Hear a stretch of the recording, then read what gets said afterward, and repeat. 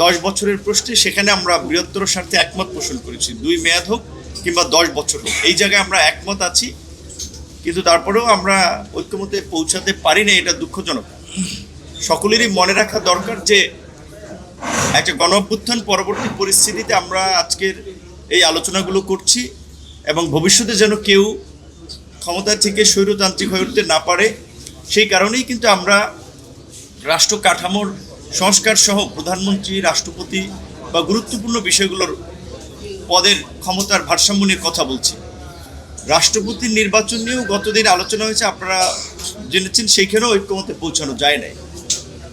আজকে বাংলাদেশে আরও একটি গুরুত্বপূর্ণ বিষয়, যেটা এই মুহূর্তে অনেকদিন ধরে আলোচনা হয়েছে এবং এই আন্দোলনের আমি মনে করি ম্যান্ডেট গণ অভ্যুত্থানের তো একটা সংবিধান পরিবর্তন করা বা সংশোধন করা।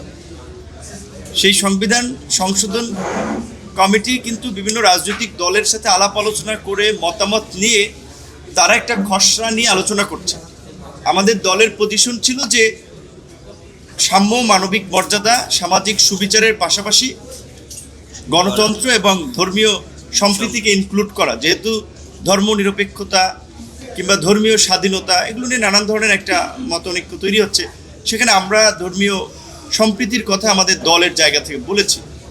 কমিশন অন্যান্য দলগুলোর প্রস্তাবের আলোকে তারা সাম্য, মানবিক মর্যাদা, সামাজিক সুবিচার এবং গণতন্ত্র এইটুকু তারা বিবেচনা করেই কিন্তু তারা আলোচনার শীটে আমাদেরকে দিয়েছে।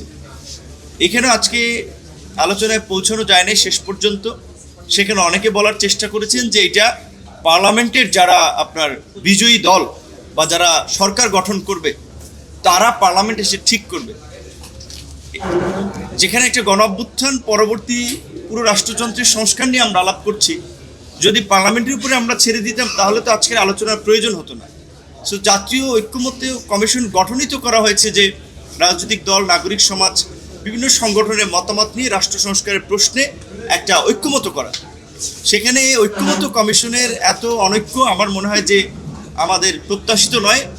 রাজনৈতিক দলের নেতৃবৃন্দ কিংবা যারাই কথা বলেন, প্রেসের সামনে খুব ভালো ভালো কথা বলেন, কিন্তু দেখা যায় ভিতরের আলোচনা আসলে অনেকেই একমত হচ্ছে না, সেটাও কিন্তু আপনারা বিটিভিতে লাইভ দেখছেন।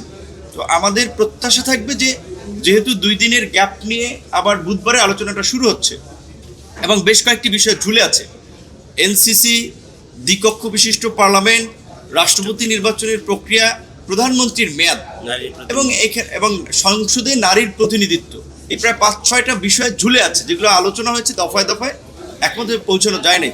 তো আমাদের প্রত্যাশা থাকবে যে রাজনৈতিক দলগুলো যার যার দলের জায়গা থেকে আলোচনা করে দলের একটা ক্লারিফিকেশন নিয়ে আসবে। এইখানে তো দলের বক্তব্যে রিজিড থাকার আসলে বিষয় না, সবার আলাপ আলোচনার সাপেক্ষে জাতীয় ঐক্যের স্বার্থে প্রয়োজনে নিজের অবস্থান থেকে একটু ছাড় দিয়েই তো ঐক্যমতে পৌঁছাতে হবে। এখন এইখানেও বারবার এসে যদি আবার আমাদের আসলে দলের ফোনের অপেক্ষায় থাকা লাগে যে আমাদের দল এটাতে একমত হয় কিনা, তাহলে তো এই ঐক্যমত্য কমিশনের মিটিংয়ে আসলে ফায়দাটা কি, বারবার যদি ওখানে ঝুলে যাচ্ছে।